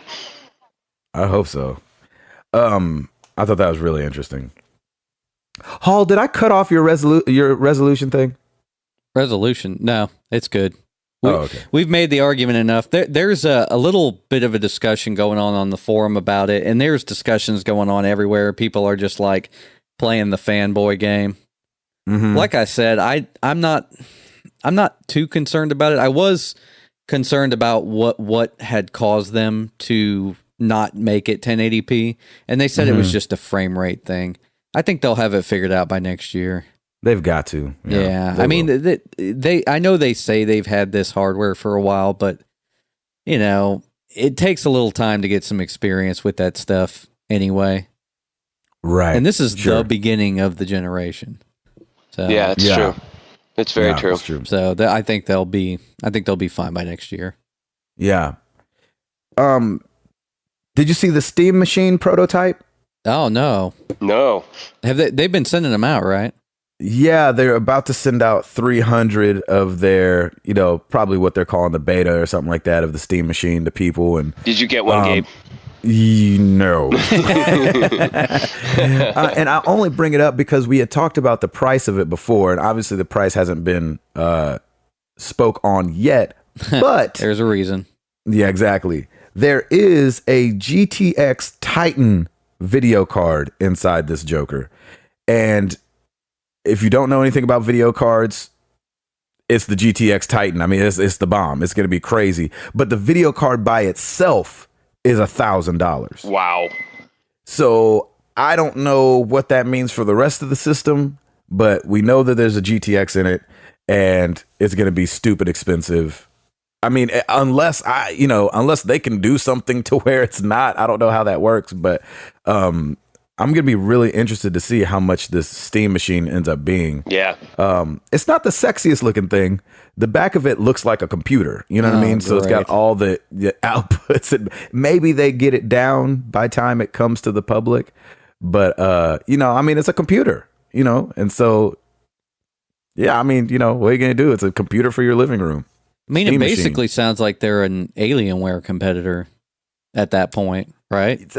I mean, yeah, except for Alienware, I don't think provides a compact, outside of laptops, a compact desktop, minus monitor. I guess that's what the Steam Machine is. And it's going to be upgradable.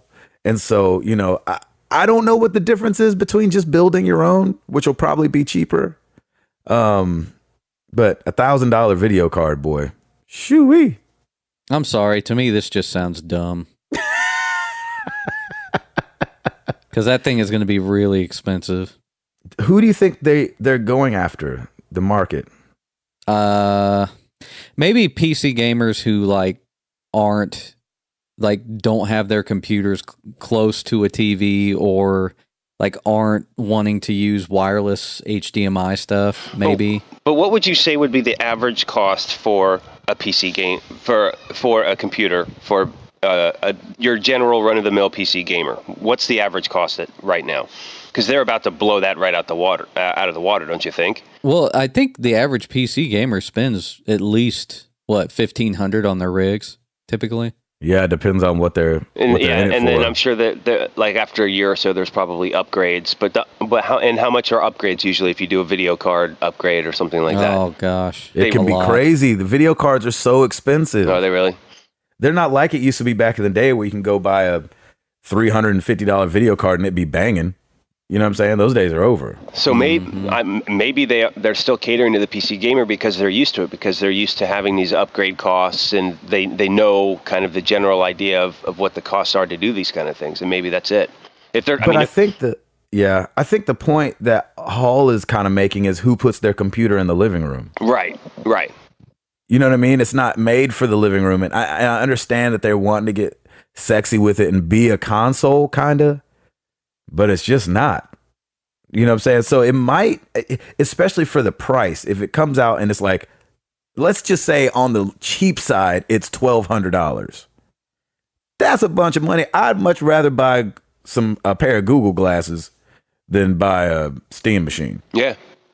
You could buy all current gen consoles for that, like the ones coming out. So you could get a PS4, an Xbox One, and a Wii U for $1,200. Yeah, but they're looking at graphic guys and power guys. You know what I'm saying? Like those guys don't want the consoles. Yeah. They're definitely going for the true. You know, these are the die hard. Yeah, these are the 1080p guys that they want the true full quality experience. I mean, there isn't any other audience that could afford that. The general population is going to be like, what? No, I don't think so. Yeah, right. Exactly. And I'm sure they're not catering to that. Maybe there's enough like hardcore PC gamers with a lot of money that just will buy this. I mean, they had to have run some numbers. They couldn't just be doing this blindly, right? Oh yeah, they have to do their market research. So there's a method to the madness. They just haven't revealed it yet. So I'll be very curious.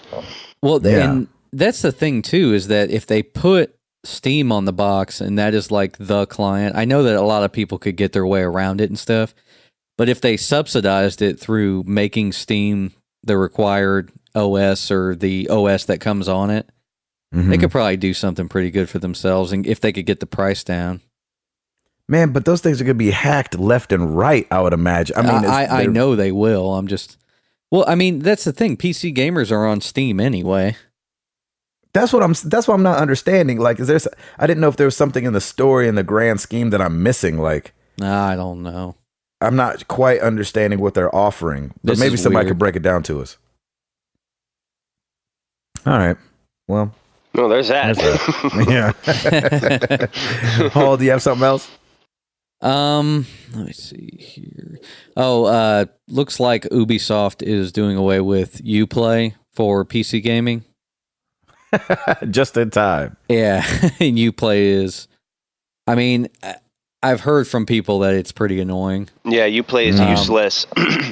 Yeah, I mean, I don't understand the point. Like, I know that game companies, it's kind of similar to the music industry, where the music industry hates that Apple gets a chunk of everything that they do, essentially. Yeah. But I think Ubisoft just took issue with Steam taking a cut of everything, so they're trying to monetize their own thing, similar to what EA is doing with Origin. But, I mean, if you could get a lot more customers just by using another marketplace, I mean, I would think that that's what they would want to do anyway. Right. Steam is already in place. Like, they're spending a lot of money keeping that Uplay thing going. So why not just hack it off and start using the other one? Yeah. Yeah, get out of Or maybe they can negotiate a deal with Steam where Steam gets a smaller percentage, because I'm sure that they would love to have Ubisoft games because they sell a lot. And there's a lot of them. Yeah. Yeah, and Ubisoft would sell more copies if they're on Steam anyway. Yeah, I mean, I don't like the Upass, where Uplay or whatever it's called anyway. Yeah, I don't even like it for console games. Yeah, for AC4, it's the first thing that shows up, and I always skip because I just don't need it. Yeah, that's stupid. That's interesting. It's growing pains or something crazy. You know what I'm saying?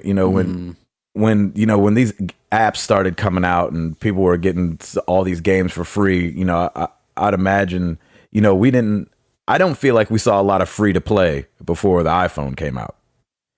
You know what I mean? Well, there were a lot of PC titles, but it wasn't near as prevalent as it is now. That's what I'm saying. Of course, we had like our, what do you call it? It's leaving me, Shockwave games and stuff like that. Oh, yeah. All those Flash games, Shockwave, wow. I don't think I've heard that in about 12 years.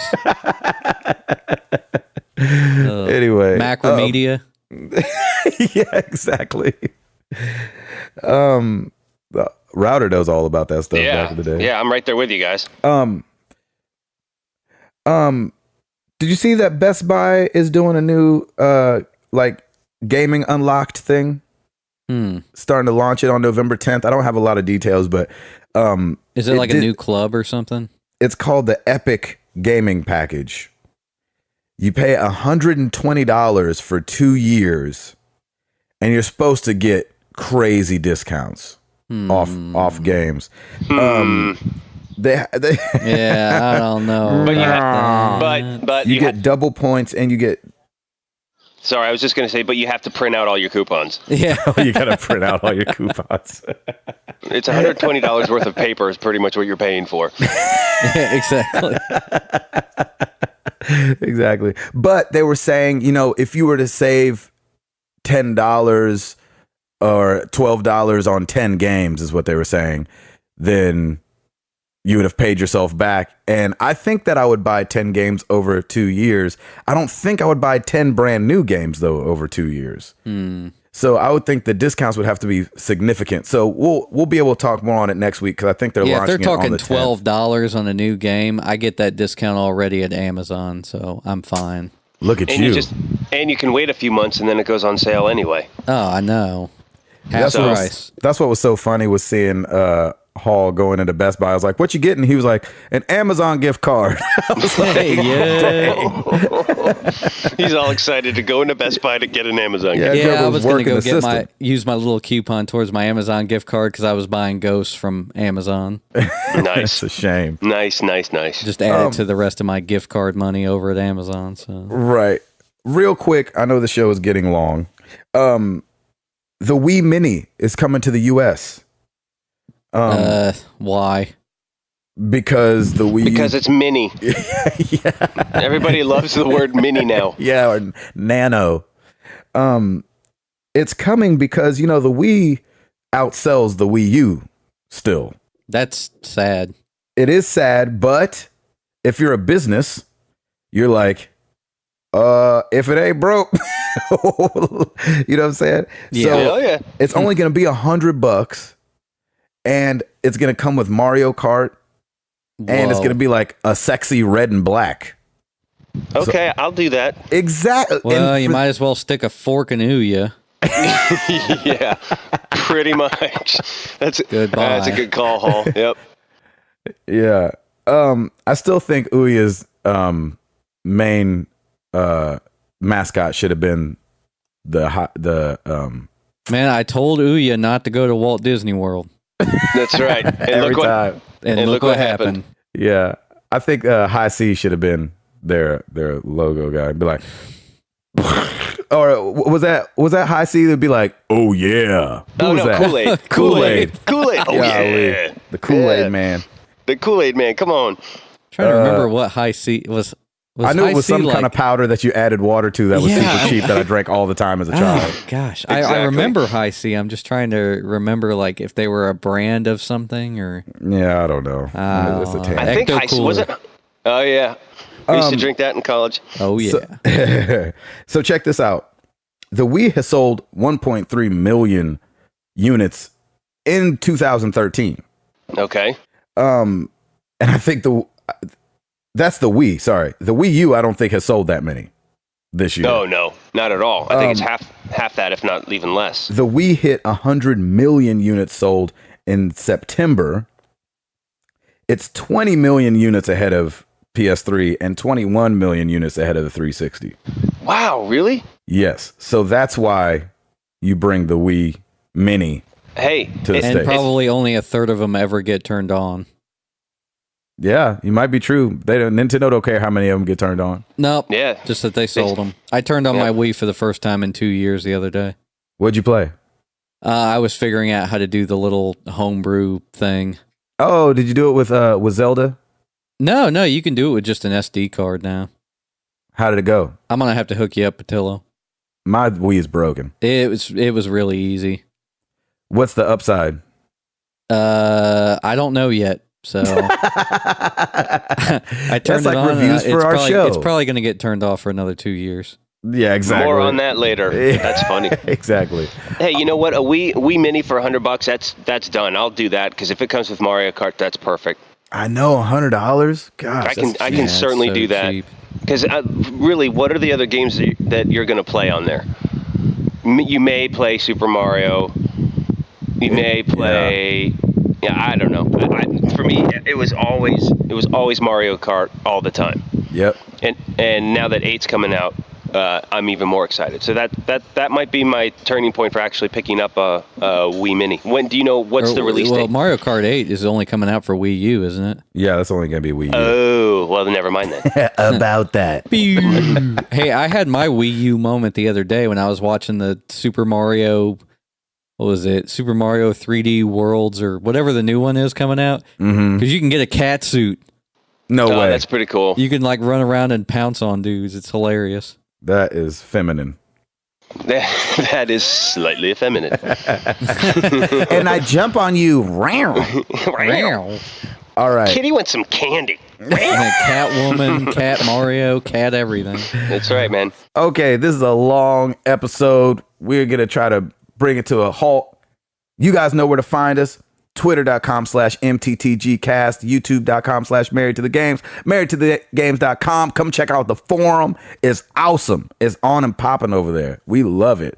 Podomatic, I finally got caught up over there. Sorry, my Podomatic people. Switch to iTunes. And we're on Stitcher and Xbox Music Live, or whatever it's called. Xbox Music. You guys want to do some questions from the listeners?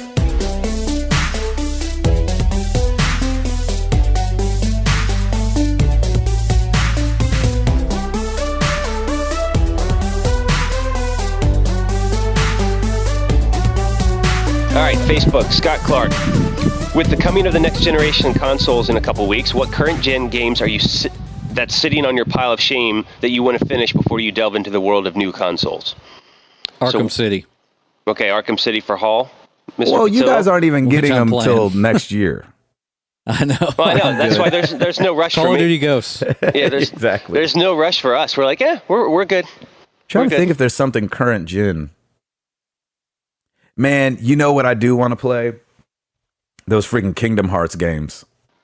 The Kingdom Hearts? Yeah. Is that what you said? Yeah. I love those games. And I know 3's coming out.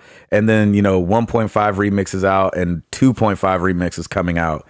And so I wouldn't mind knocking those out. I just wish, man, now that I have a Vita, there's so many games I'm like, oh, bring this to Vita. It would make so much sense. Like Kingdom Hearts, I think would be awesome on Vita. Hotline Miami was obviously awesome on Vita. I think Final Fantasy X HD is coming to Vita, so I'll definitely be playing that. And then I wish that like Ni no Kuni was on Vita. I think that would be a good and one. I know it's a huge game, and so maybe the Vita can't handle it, but my gosh, I would love to play that on a handheld. Yeah, for me, the current gen games, I want to get through the Mass Effect series now. Because I picked up Mass Effect 3 the other day when I picked up AC4, and so after AC4, I may go back and finish that series. Well, actually, and I also need to finish, I need to do Infamous 2 before we get into Second Son as well. Ooh, yeah, you do. So those are my games. I'm excited because that's some good games right there that I'm very excited to play. All right. I gotta play the Infamous games, and then I gotta play Mass Effect 3 too. So thank you for reminding me. No problem. There you can go. borrow mine if you want. No, I got Mass Effect 3. Oh, that's right. Never I've mind. owned that for like a year and a half, probably. It's probably shame. still in a shrink wrap too, isn't it? Oh, of course. Yeah. I love it. I wish it was a gift from Router. You could take it back to the store. Yeah. Okay. Thank you. Yeah, that's true. I could do that. Hey, just know I'm playing AC4 in your honor, Hall. Yeah, exactly. Yeah, thank you. Okay, Lucas Hamswisher has a good one. It's a lightning round of questions. It's called the Manly Edition. So here we go. So which is the better genre, musicals or chick flicks? Oh, gosh. That's the man. Is hilarious. I'm going musicals.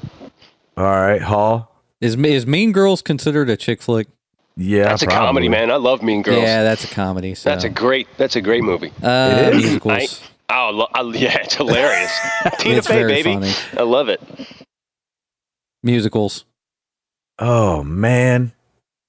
I got to go musicals only because chick flicks are awful. Amen. And there's at least some good musicals out there. Amen.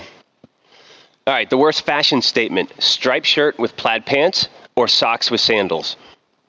Definitely socks with sandals for me. Yeah. I don't know, man. I feel like I grew up with socks and sandals all over the place around me. Oh, shoot. Being from the West Coast. That's how gangsters wear their sandals. Yeah, Why that would is they wear socks with sandals? That is gangster. It is gangster. I don't know what it is about it. I got to say the stripes and that's too much patterns going on. Yeah, that makes You see that make you coming. fall. You don't see socks with sandals coming. That's true. That's true. These are great questions, by the way. I love this. Your least favorite house chore? Laundry.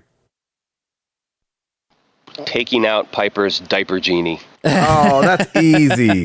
No, it is super easy, actually. I like having a bunch of socks And so when speaking of socks with sandals, I love wearing socks, and I have a lot of socks, and I hate folding them.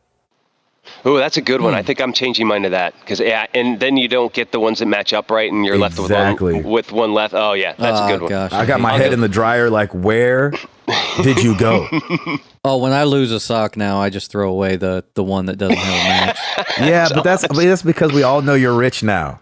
Yeah, You let that out of the bag That- last week with your two PS3s. That does not mean that the sock monster does not visit my house. Gosh, kids in Africa don't even have socks, Hall. that's right. Well, then I'll just give them the socks. I'm just There you kidding. go. They don't need socks. you know how awful somebody's socks would be that live outside. Oh yeah, that would suck. That would be horrible. Especially You when see they the get Maasai wet. with I socks hate- on. Biggest pet peeve: wet socks. Oh, it's the Oh, worst. Terrible. squish, squish. That's awful. Yeah, I hate that. Terrible. Last question from Lucas's lightning round. Here we go. When's the last time you cried and why? Oh gosh, I cried at a funeral. Not to bring everything down, but that was it. jeez, It was a Louise. couple months ago. Oh, yeah. Let's not talk about it. Yeah, so let's move on. Next. Hall, do you know the last time you cried? Probably the last time I watched Forrest Gump. I was go. telling my wife, I was like, All I right. can never watch that movie ever again. Yeah, mine's always watching something too. Probably the last time I had a good cry was the last time I watched Extreme Makeover Home Edition. Oh my God! yeah. Every I can't time. make it through not No. one of those things. That's the stupidest show ever. It makes me You're just cry every time. I can't hold it. I'm like, I know you're like. they deserve it so much. They start the episode, they're like, all right, by the end of this hour, we're going to make you cry. You gonna be That's right. balling. That's right. Putty in her hand. Yeah, I'm Lucas, looking that's at you, a great, Gabe. I'm like, what? Exactly. Looking around. What do you mean? Yeah, their eyes right in the TV looking at you. That's good. I'm like, I thought I had that sleeve over the Connect. Oh, snap. There it is. Nice. Lucas, thank you for that lightning round. That was awesome. Keep those up. Those are great. So that was Lucas's Manly Edition lightning round. Next up on Facebook, Nathan Davis Dugas, I want to say. I'm sure you guys will cover this, but what are your Douglas? thoughts with Douglas, maybe? Yes? Yeah. I'm sure you guys will cover this, but what are your thoughts with restrictions on Vita's remote play? That is, Sony saying that it likely won't work well outside of the home. For me, I think I kind of expected that. Yeah, that's what I Right. expected.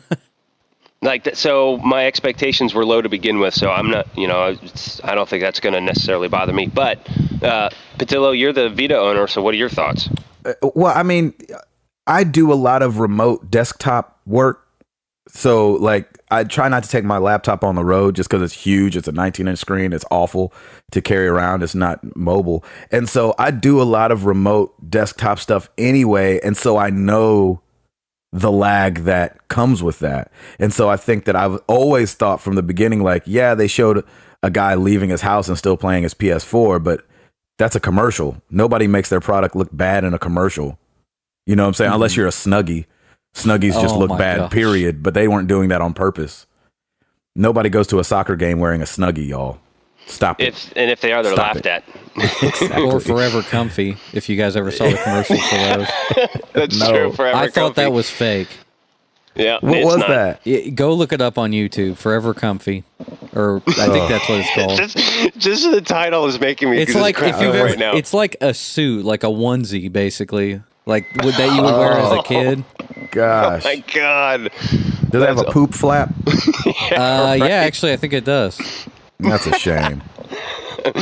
What is the matter with people? It's Seriously, so funny. you have to go watch the commercial because it looks fake, but it's real. All right. Well, we're not getting endorsed by Forever Comfy now. That's for Ah, dang sure. darn it! You ruined it for You us, ruined Hall. it, Hall. I'm sorry.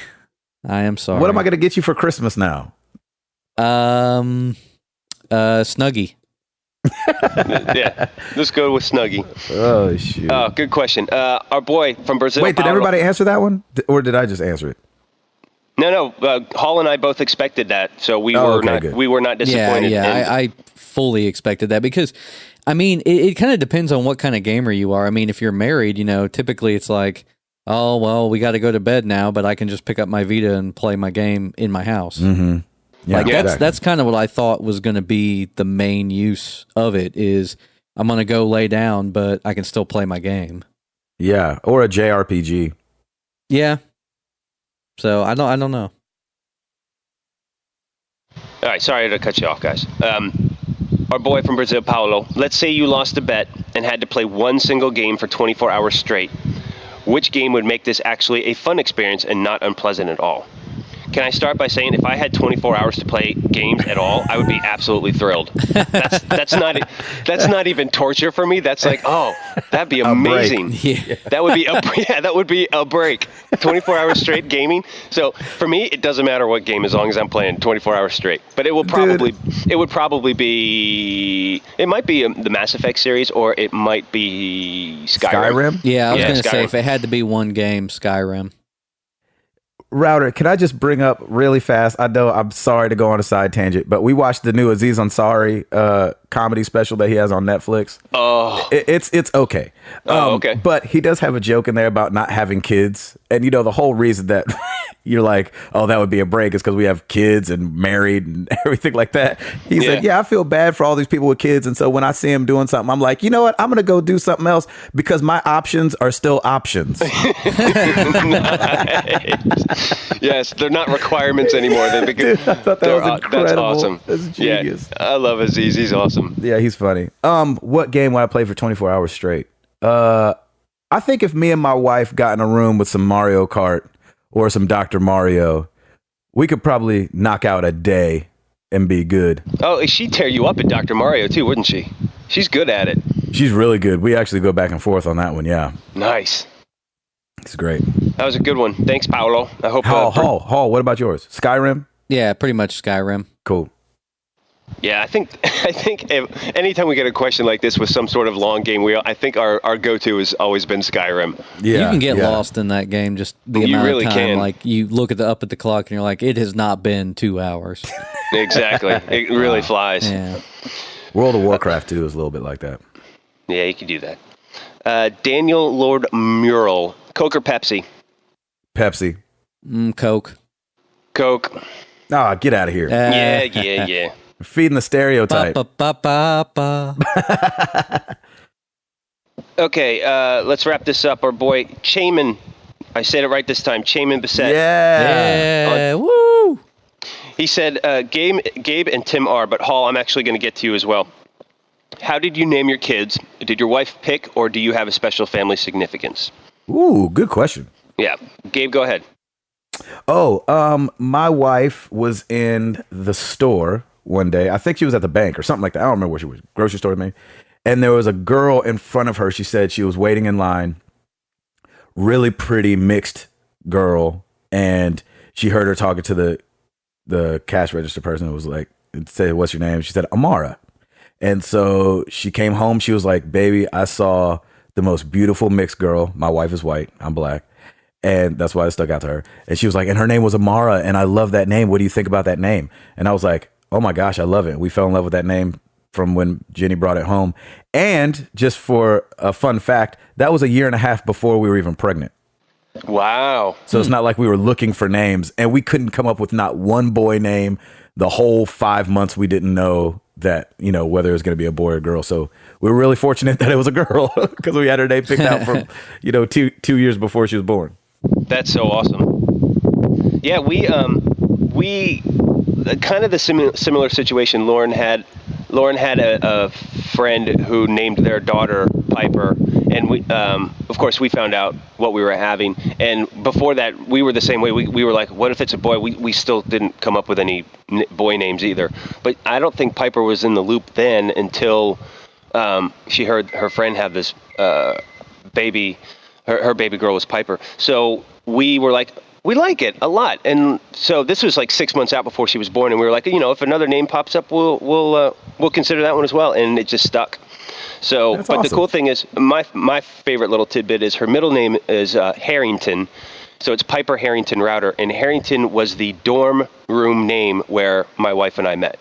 So No way. yeah, it was cool. I didn't want to do like a family name, and we wanted to do something special. And I thought that was a nice little tribute to, hey, you know, this is where your mommy and daddy met, and this is, this is how you became who you are. So I thought that was pretty cool. Mm-hmm. That's awesome. I love that. So that's how we named it. So Hall, for your little ones, how'd you come up with the names? What, for my dogs? Yes. Well, because come on, man, your dogs are your kids too. Our dachshund already had her name when we had her, and she was like 3 months old, so we didn't want to change it. But we never really call her by her name anyway. Was she a rescue? No, she had I think, like, she was with a single mom with kids, and she just couldn't afford to take care of her, so we bought her from her. Oh, nice. And our Jack Russell, he was born in a litter, and like we couldn't. I think it was like Krista's aunt's last litter. Like, she bred Jack Russell Terriers, and she just didn't have time to do it anymore or something. So he was like the last one, and he was set aside for us. And I think Krista came up with the name Finnegan because she saw a Jack Russell when she was on vacation or something, and its name was Finnegan, and she thought it was the cutest thing. So that's awesome. And Finnegan really fits him. He's the finickiest dog I know. So Finnegan works. I like that. We already have our kids' names picked out, but I'm not going to divulge until we have kids. No, don't say. So Don't yeah, say. No, I'm not jinxing it. So That's awesome. That's awesome. But yeah, so and we picked out girl and boy names just in case. It's because you're smart. Hey, man. Yeah, that's because you're planning ahead. That's good. We could not come up with a boy name to save our lives, man. It was no, me neither. Oh, golly. That's funny. We got a lot of cool answers. I won't even go into it because I know we're running late. But we got a lot of cool answers from the question of the week last week, which was, what's your Halloween costume? And it was awesome. So go to the forums and check it out. Even if you're just a Twitter guy, go over to the forums. You don't have to sign up just to look at it. And there's pictures and stuff like that on there. And it's awesome. And we need to do a question of the week this week, but I didn't come up with one. Does anybody have one that they could ask our listeners a question real quick?